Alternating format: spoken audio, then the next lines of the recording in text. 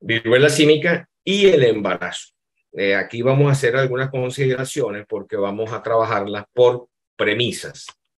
La primera premisa que vamos a tener es que la descripción que se ha hecho de este brote ha sido hombre-hombre.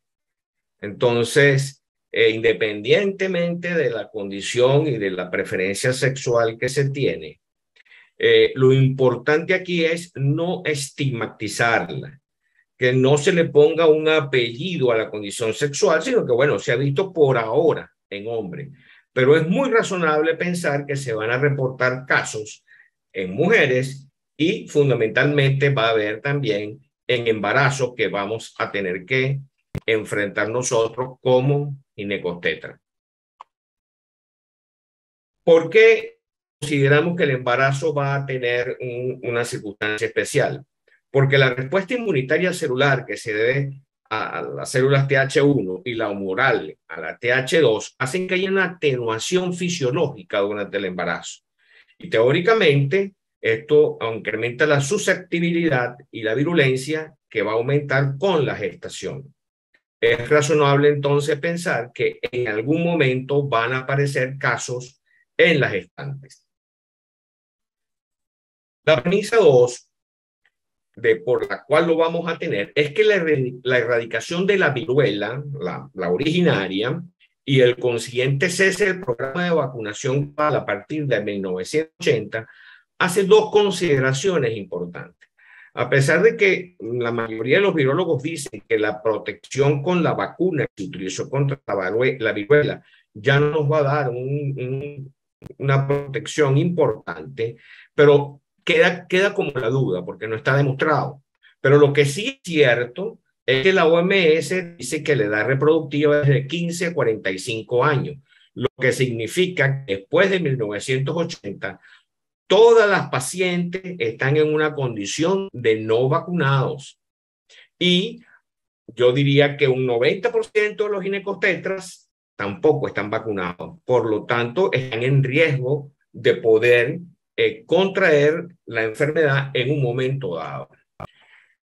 En esta premisa 2, ¿por qué? Bueno, porque el virus, el poxvirus, tiene 17 proteínas por las cuales él puede unirse a la superficie celular. Y entonces lo hace muy complejo la función de entrada en la célula para poderse establecer. El receptor viral en el humano no está especificado como una célula huésped. O sea, como mostraron ya en las partes anteriores, la clínica es en diversas partes del cuerpo, pero se tienen que unir unas células dianas, que son las donde se va a transmitir, que es en el tracto respiratorio y en la mucosa, sobre todo en la mucosa oral. Y un detalle importante es que se demostró que las células placentarias expresan receptores y que son las células del trofoblasto que pueden contaminarse con este tipo de virus. Se dice que el 10% de las células trofoblásticas a término podrían entonces infectarse in vitro con el virus. Esto ya está demostrado. El 10% de las células trofoblásticas in vitro se lograron infectar. Ahora, el procedimiento es cómo desarrollamos esta premisa. Bueno, es una zoonosis que se convierte en endemia global cuando se expresaba de que los animales, sobre todo los animales exóticos que se traen de diferentes partes del mundo, han hecho que una enfermedad que estaba en África haya pasado en el continente americano de una manera importante. Se dice que 213 millones de embarazos ocurren anualmente y que lamentablemente el 89% se da con los recursos limitados. Y entendemos por recursos limitados, si lo ponemos más claro y en un castellano más castizo, estamos hablando de condiciones de pobreza. Entonces, los resultados obstétricos y perinatales en pacientes que además tengan otro compromiso, como de recursos limitados, vamos a tener resultados verdaderamente importantes, como una mortalidad más alta en las embarazadas y que a pesar de haber sido descubierto hace 4 décadas, como expresó la doctora Toro al inicio, en el Congo y cómo estaba en el África, no hay estudios, hay muy pocos estudios de cómo se comporta la viruela símica en el embarazo. Es ahora que están saliendo algunas publicaciones donde demuestran que sí hay una contaminación trofoblástica que implica, este es lo teórico de cómo sería. Ustedes tienen las células rosaditas que son los eritrocitos, luego las células que están bien identificadas, que es el sincicio trofoblasto, las células del trofoblasto y el virus en verde, que además es un macrovirus, no es un virus pequeño, es un virus grande. Entonces va a pasar a la vellosidad escoriónica y en un proceso en el lado fetal de condensación citoplásmica y de mitosis va a producir una disminución importante de la producción de gonadotrofina coriónica. Quiere decir que esto demuestra que hay que considerar fundamentalmente que sí hay una transmisión vertical del virus al feto. Y esa transmisión vertical nos abre un interrogante que es cómo se comporta en cuanto a la pérdida de la gestación. Si la contaminación es en el primer trimestre, se va a obtener probablemente de que ocurran abortos de tipo espontáneo. En el segundo trimestre hay trabajo donde hay mortinatos y partos pretérminos. Y en el tercer trimestre, en lo último de la gestación, se ha encontrado que hay fetos que han nacido con lesiones en piel con diagnóstico preciso de la viruela símica. La premisa 4. La premisa 4 que debe tener todo ginecostetra, porque me voy dedicando a ellos, es que hay que identificar. Si usted no piensa en que usted puede encontrarse esta enfermedad, usted no la va a encontrar. Tiene que pensarla y lograrla identificar. Una vez hecho esto, aislar y aislarse y, importante, informar a las autoridades pertinentes para que se tomen las medidas necesarias. Fíjense que hemos tenido la delicadeza de no expresarnos mucho en cuanto al tratamiento porque este tipo de enfermedades deben ser multidisciplinarias y son de declaración obligatoria. Esto debe informarse y debe declararse de una manera definitiva. La embarazada sospechosa, probable o confirmada, ya expresado por uno de las expositoras anteriores, de exposición a la viruela símica, es importantísimo este trabajo que se está haciendo en la Universidad Central de Venezuela, que es la telemedicina y el triaje hospitalario. El examen físico de la paciente va a expresarse si se le consiguen lesiones en piel, en vagina, en el ano, en la mucosa oral. Y el trabajador de la salud debe hacerlo cuidándose. ¿Qué riesgos tenemos, mis queridos compañeros? Que ya estamos cansados de una pandemia que nos tiene 3 años cuidando y ya la gente está desestimando la COVID.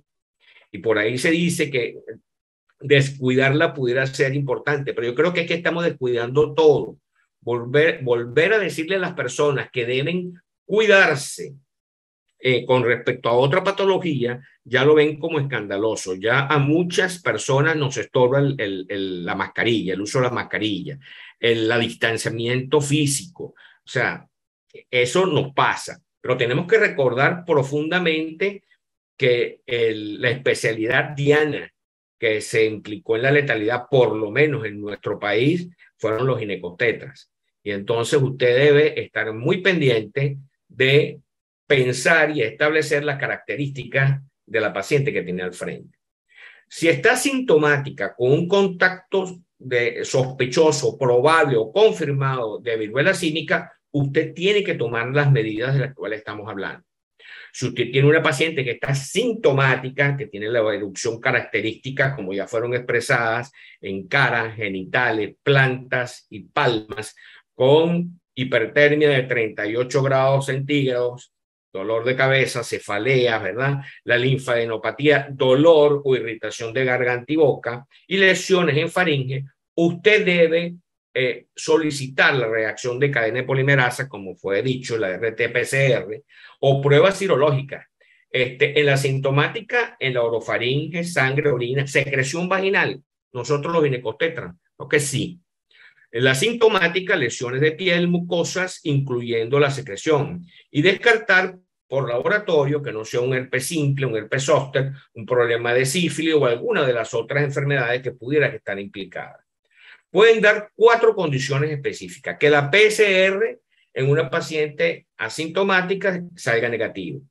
Que la PCR en una paciente asintomática salga positiva.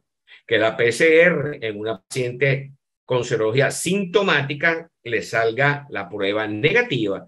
Y la PCR o serología sintomática le salga con una prueba positiva. ¿Qué hacemos? En la primera, en la PCR o serología sintomática negativa, tenerla con una alta epidemiológica y considerar la vacuna del virus, de la viruela símica, ¿verdad? No replicante. Esa es una consideración que se hace en las asintomáticas con negativa. Hubo una sospecha, pero no se confirmó. En la PCR con serología positiva, hay que hacer lo que no tiene una sintomatología importante, el aislamiento en el hogar por 21 días, telemedicina, importantísimo hacerle seguimiento a esta paciente, tener una monitorización clínica del embarazo y la vacuna considerándolo de 4 a 14 días post contacto. La telemedicina debe ser un control obstétrico de 30 días o antes si se presentan síntomas y estar muy pendientes del crecimiento y el bienestar fetal por ultrasonido. En la paciente que tiene entonces la serología sintomática, pero la prueba del PCR le sale negativo, igual se aísla en el hogar por 21 días, se le practica la telemedicina, monitorización clínica del embarazo y descartar otras enfermedades. Ahora, aquella que tiene sintomatología y la serología no sale positiva, el RT-PCR sale positiva, se debe hospitalizar según criterio clínico y la gravedad establecida por la MS que ya fueron explicados. Aislamiento de la madre, el uso de la mascarilla, cubrir las lesiones. Las lesiones son importantes porque son fuente de contaminación. Vigilar los signos vitales, antibióticos de ser necesarios. Se dan algunas sugerencias, sobre todo por las lesiones de tipo clínico. Hay algunos antivirales que se pueden utilizar y principalmente el ginecobstetra tiene que evaluar el bienestar fetal, la viabilidad en el primer trimestre, en el segundo trimestre la biometría, la anatomía, el líquido amniótico y la cervicometría para ver cuál es el comportamiento, y en el tercer trimestre la biometría, la anatomía, el índice de líquido amniótico y evaluar por Doppler cuál va a ser el pronóstico. Hoy en día el estudio por Doppler del bienestar fetal permite establecer para saber si vamos a proceder a una maduración pulmonar con esteroides según la edad gestacional y pasar a lo último, la resolución que puede ser por indicación obstétrica e individualizar, como siempre lo hemos dicho, parto versus cesárea. Aquí no hay mayor implicancia de recomendar una más que otra. La que sea obstétricamente apropiada es la que debe atenderse. La atención en aislamiento siempre con equipo de protección personal, todo el personal que lo vaya a atender. Lo posible, lo ideal, sabemos que fue imposible con la COVID, pero lo vamos a sugerir igualito. Uno debería tener una PCR del líquido amniótico, de sangre del cordón, de la placenta, del recién nacido, aislar a la madre y que esté positivo, y si el recién nacido es negativo, expresarle que hay que estar pendiente, se deben aislar y el consentimiento de la PCR por si presentan lesiones. La lactancia materna dependiendo del estado de la madre y de la PCR. Si esto no está de una manera apropiada, debe decidirse entonces los cumplimientos epidemiológicos.